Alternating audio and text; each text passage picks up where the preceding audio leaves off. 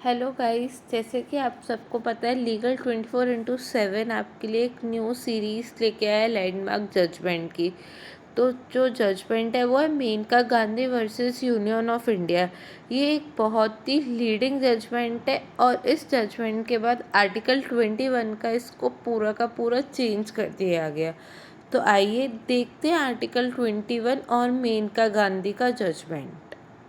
सबसे पहले बैकग्राउंड क्या है इस जजमेंट के, मतलब बैकग्राउंड क्या है इस केस का, क्यों ये केस आया, क्या ज़रूरत पड़ी इस केस को आने की, और इस केस ने कैसे आर्टिकल 21 के स्कोप को चेंज किया। तो जैसे कि आप सबको पता है कि 1977 में इलेक्शन इमरजेंसी के बाद जो इंदिरा गांधी की इमेज थी वो बहुत ज़्यादा ख़राब मतलब हो गई थी और बीजेपी पार्टी में आ गई थी।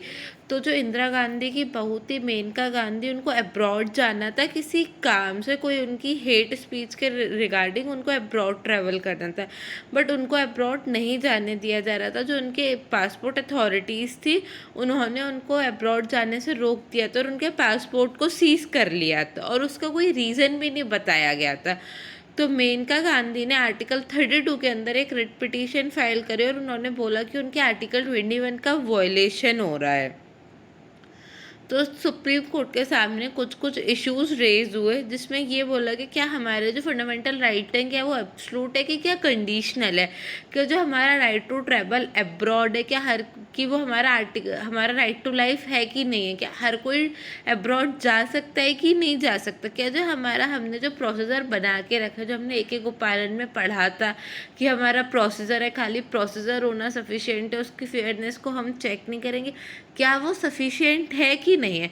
तो इस तरीके के कुछ इश्यूज रेज हुए सुप्रीम कोर्ट के सामने। इस केस में 7 जजेस की बेंच बैठी जिनके देखिए व्यूज़ क्या थे। तो सबसे पहले यहाँ पे जो पिटिशनर थी उसने कुछ कंटेंशंस रखे। उसने बोला कि क्या राइट टू ट्रैवल अब्रॉड आपका राइट टू पर्सनल लिबर्टी है, क्या जो हमारा राइट टू ट्रैवल अब्रॉड है वहाँ जाके हम जो काम करेंगे इससे हमारा आर्टिकल 19 का वायोलेशन हो रहा है, हमारा right to freedom right to speech and expression का वायोलेशन हो रहा है। और पीएनजे का रूल होता है कि हर किसी की बात सुनी जाएगी, ऑडियो अल्ट्रम पार्टम हमारा वो वॉयलेट हो रहा है, हमारे पूरे पीएनजे के रूल्स का वॉयलेशन हो रहा है, और जो आर्टिकल 14, 19 और 21 है हमारे तीनों के तीनों वॉयलेट हो रहे हैं और हमें इन तीनों को साथ में पढ़ना चाहिए। ये कुछ कंटेंशंस रखे पिटिशनर्स ने, बट रिस्पोंडेंट ने ये बोला कि आपका खाली अगर आप अब्रॉड जा रहे हो उसका ये मतलब नहीं है कि आपका आर्टिकल 19(1) का वॉयलेशन हो। ये दोनों बिल्कुल ही डिफर है, इन दोनों में कोई आपकी रीजनेबल नेक्सेस नहीं है।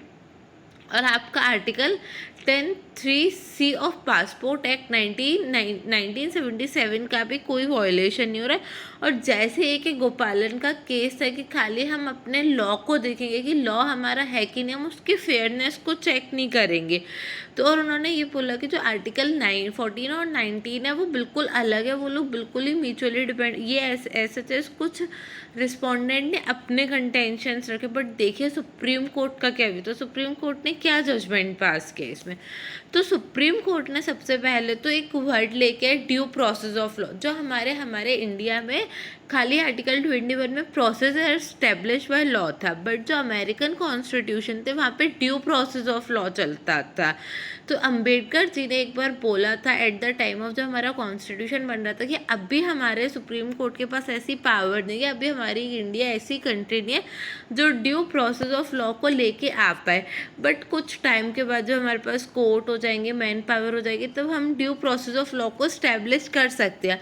तो कोर्ट ने वही ड्यू प्रोसेस ऑफ लॉ को देखा और कोर्ट ने ये बोला खाली इतना सफिशिएंट नहीं है कि आपके पास लॉ होना तो सफिशिएंट है, बट पार्लियामेंट को ये भी चेक करना चाहिए कि उसमें कितनी फेयरनेस है, कितनी आर्बिट्रेरीनेस है। विदाउट आर्बिट्रेरीनेस और विदाउट फेयरनेस कोई भी जो भी लॉ पास होगा वो वॉइड हो जाएगा। और सुप्रीम कोर्ट ने इसमें आर्टिकल 21 को थोड़ा सा एक्सटेंड करके बताया कि जो आर्टिकल 21 है वो आर्टिकल 14 और आर्टिकल 19 के साथ ही रीड किए जाएंगे। अगर आपका आर्टिकल 21 का वॉयलेशन हो रहा है तो आपका आर्टिकल 19 और आपका आर्टिकल 14 का ऑटोमेटिकली वॉयलेशन होगा। तो सुप्रीम कोर्ट ने ये बोला कि ये तीनों म्यूचुअल इंडिपेंडेंट है, अगर इनमें से किसी एक का भी वॉयलेशन है तो सबका वॉयलेशन होगा। और सुप्रीम कोर्ट ने ये भी बताया कि जो आर्टिकल सेक्शन 10(3)(c) है उसका कोई वॉयलेशन नहीं है, और वो आपके ना ही वो आपके आर्टिकल 14 को वॉयलेट कर रहा है। तो सुप्रीम कोर्ट ने फिर अपना कुछ कंक्लूजन निकाला, और सुप्रीम कोर्ट ने इंटरलिंकिंग बताया कि इंटरलिंकिंग क्या था 19, 14 और 21 में।